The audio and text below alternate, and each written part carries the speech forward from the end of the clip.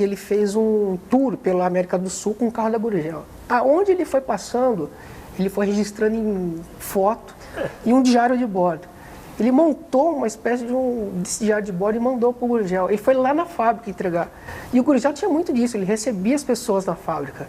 Você ligava lá e, olha, queria conhecer a fábrica, tudo. Recebia você de portas abertas, levava para apresentar a fábrica. Eu, infelizmente, não tive essa... Porque a fábrica fechou. Fechou antes.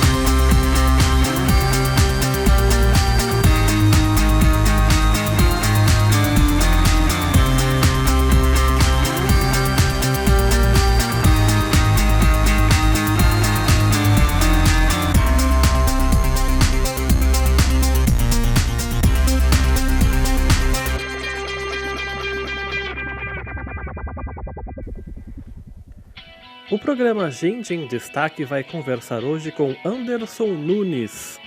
Ele é jornalista, tem 37 anos e é especialista em automóveis.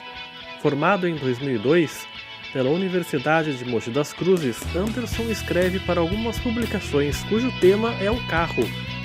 Fã incondicional do Gurgel, marca que fez sucesso no Brasil nos anos 70 e 80, ele veio à Câmara Municipal de Jacareí para falar sobre a sua paixão, mas também para analisar esse tipo cada vez mais raro de jornalismo, o especializado. Bom, Anderson, obrigado pela sua presença aqui em Jacareí, falar um pouquinho sobre a sua carreira, dos carros também. Aliás, como é que começa esse seu interesse por automóveis em geral? Olha, eu venho de uma família que está ligada a isso, né? O meu avô por parte de mãe, meu pai trabalhou 35 anos na GM, meu avô foi funcionário do CTA, acompanhou o processo, todo o processo de desenvolvimento do carro a álcool. Então, em casa era assunto corriqueiro automóvel, né? Eu cresci nisso.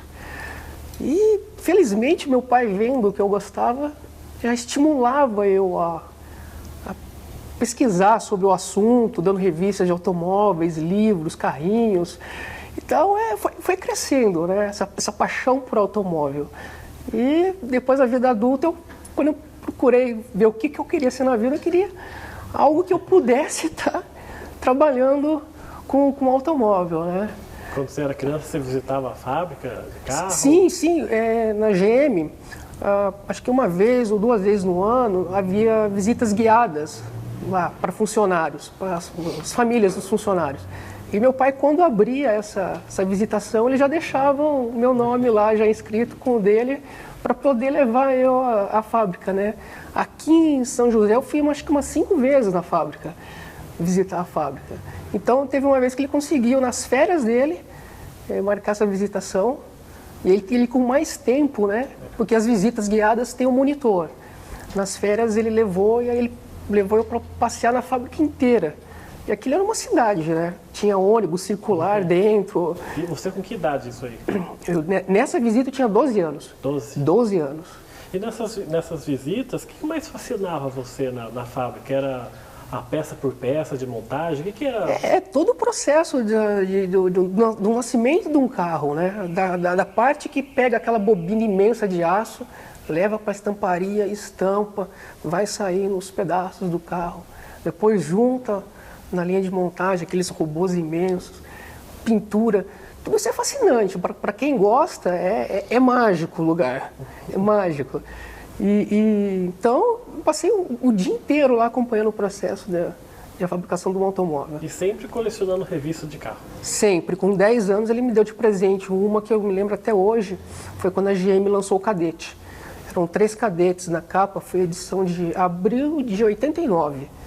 E ele me deu de presente essa revista e eu imediatamente sentei e comecei a devorar a revista, né? Aí eu tomei gosto por aquilo. Aí o que eu fazia? Eu deixava de comer na escola para ter dinheiro para comprar revista. Aí ele falou, não, vou te dar assinatura de presente. E me deu uma assinatura, só que aí eu fui descobrindo outras revistas. Porque não era só uma, né? Não era só uma. E aí eu falei, continuei deixando de comer, para ter dinheiro para comprar revista. Né?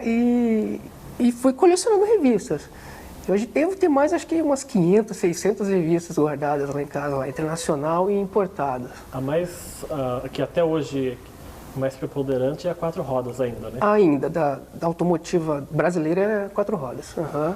E você, quando vai à adolescência, tem que escolher uma faculdade, opta pelo jornalismo ou você antes, por causa dessa paixão pelos carros, queria fazer outra coisa? Eu a princípio, eu queria trabalhar com engenharia mecânica. Inclusive, eu até fiz a minha inscrição na FEI, que é a Faculdade de Engenharia Industrial em São Bernardo do Campo. Só que exatas nunca foi minha praia, né?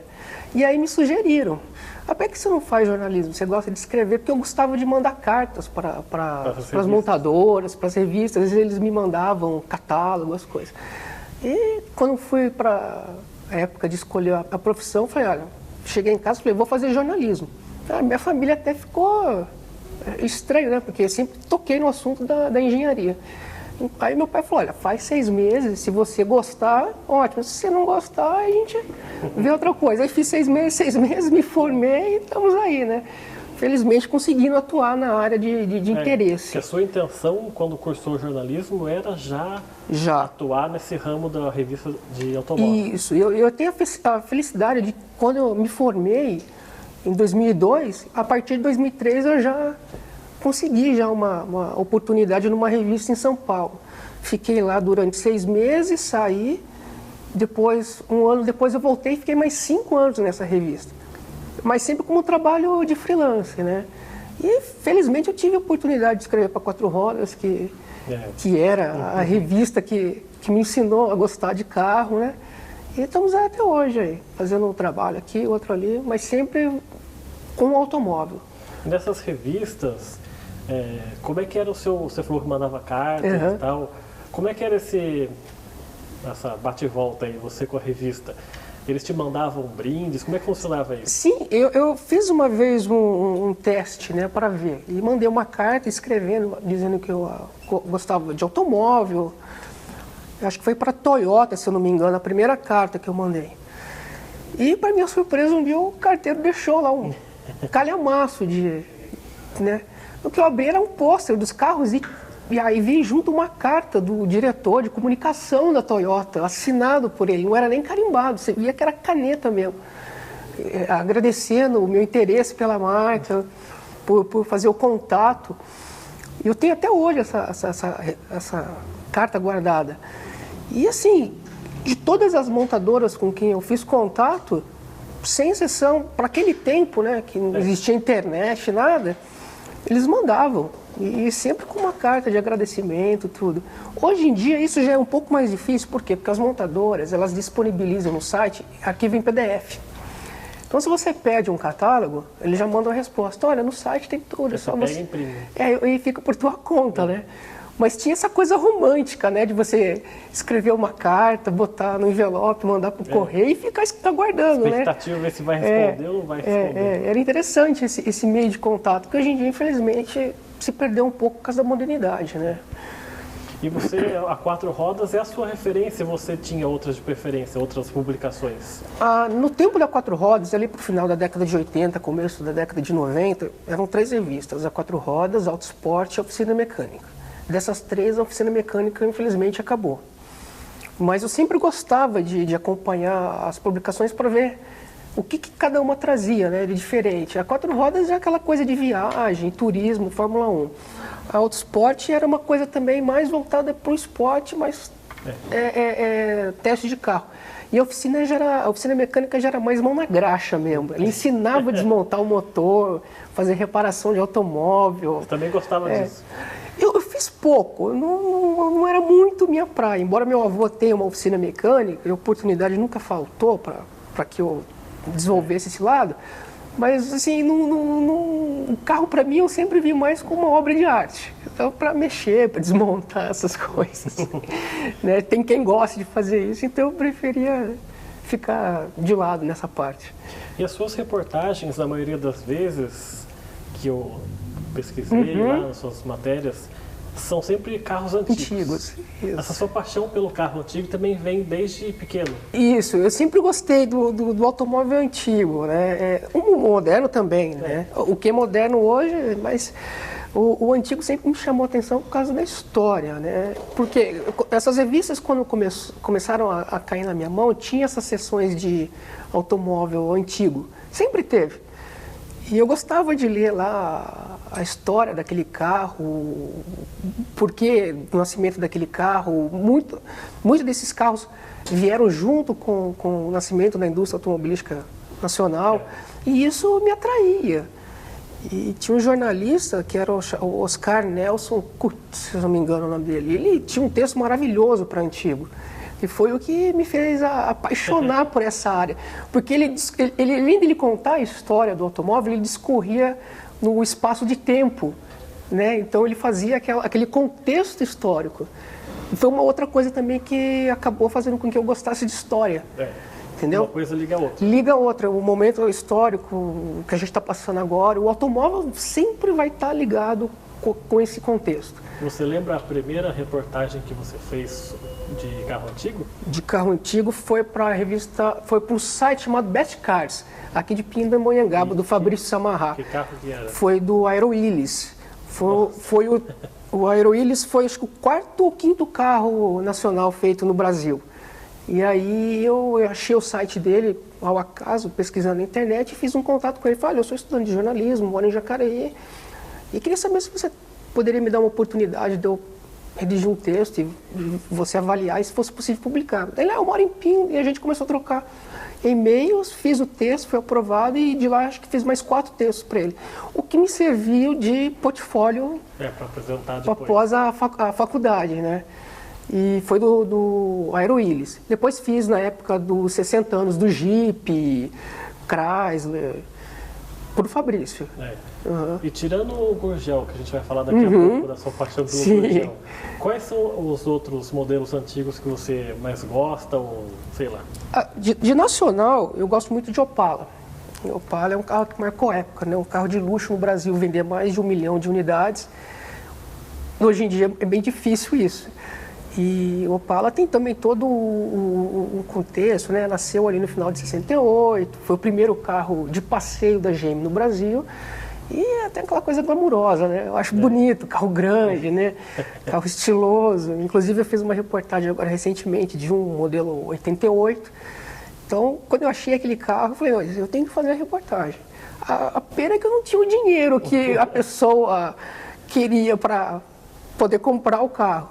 Né? Mas foi muito gostoso fazer aquela reportagem, porque eu podia andar no carro, a pessoa me levou para passear, então foi bem interessante. Agora, se for importado, eu gosto muito de Mercedes. Mercedes eu acho também um carro tradicional também, uma história. E foi praticamente a marca que criou o automóvel, né? A Mercedes é a marca que trouxe o automóvel para o mundo, né? Tem mais de 130 anos. É engraçado, você falou do Opala, né? Que até, você pode me corrigir se eu estiver enganado, até meados dos anos 90, assim, até o fim, 91, até, sei lá, até antes do ano 2000, você ainda via muito desses carros na rua. Sim. Opala, Belina, Corcel. E daí parece que teve uma barreira ali que agora a gente não vê tanto mais, né? Não, porque assim, infelizmente, muitos desses carros se perderam no tempo, né? Há um período que eles ficam baratos. Então, as pessoas saem comprando e usando. Agora, que já faz mais de 20 anos que o Opala saiu de produção, já está virando peça de colecionador. Então, os que ficaram aí, os remanescentes, já estão caros já. Então, você vê uma ou outra vez um Opala na rua em condições impecáveis, né? E tem, mas as pessoas têm evitado de sair com o carro. E a Belina, esses outros carros é assim mesmo, né? Com o tempo eles...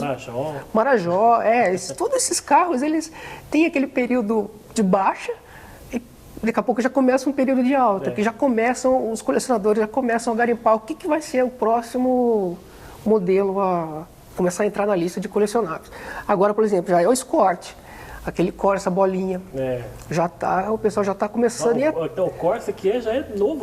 Sim, foi lançado em 93. Esse carro já está entrando em lista de colecionadores já. E quem tem, está com as joias na mão aí. E olha, foi fabricado mais de 2 milhões desses Corsas. E é difícil você ver um na rua inteiro. Esses dias mesmo saíam para vender na internet. A pessoa está pedindo R$25 mil. Você vê, já está inflacionado já, né? Então, mas já começa a ficar raro. No governo do Itamar Franco, ele reeditou o Fusca, né? Sim. Mas foi um período muito curto também, que já começou e acabou, né? Ali foi assim, ele fez uma brincadeira, né? Se a Volks poderia voltar a fabricar o Fusca. Foi um carro que marcou a vida dele. E em cima daquilo, eles criaram o programa do carro popular. Né? Só que eles mesmos acabaram abrindo algumas exceções, porque o carro popular tinha que ser 1.000 e o Fusca era 1.600. Ele ficou só 3 anos. Mas foi uma volta já com prazo de validade. Até porque o Fusca já na época não atendia normas de emissão de poluente, segurança. Foi mais um charme que a Volks quis fazer para agradar o Itamar por ter criado o programa do automóvel popular, né? E a sua relação com o Gurgel? Começa de que forma? A gente tem que entender que o Gurgel estava nascendo, né? Nós já tínhamos 4 indústrias grandes aqui, Ford, Fiat, GM e Volkswagen, então já tinha uma base instalada.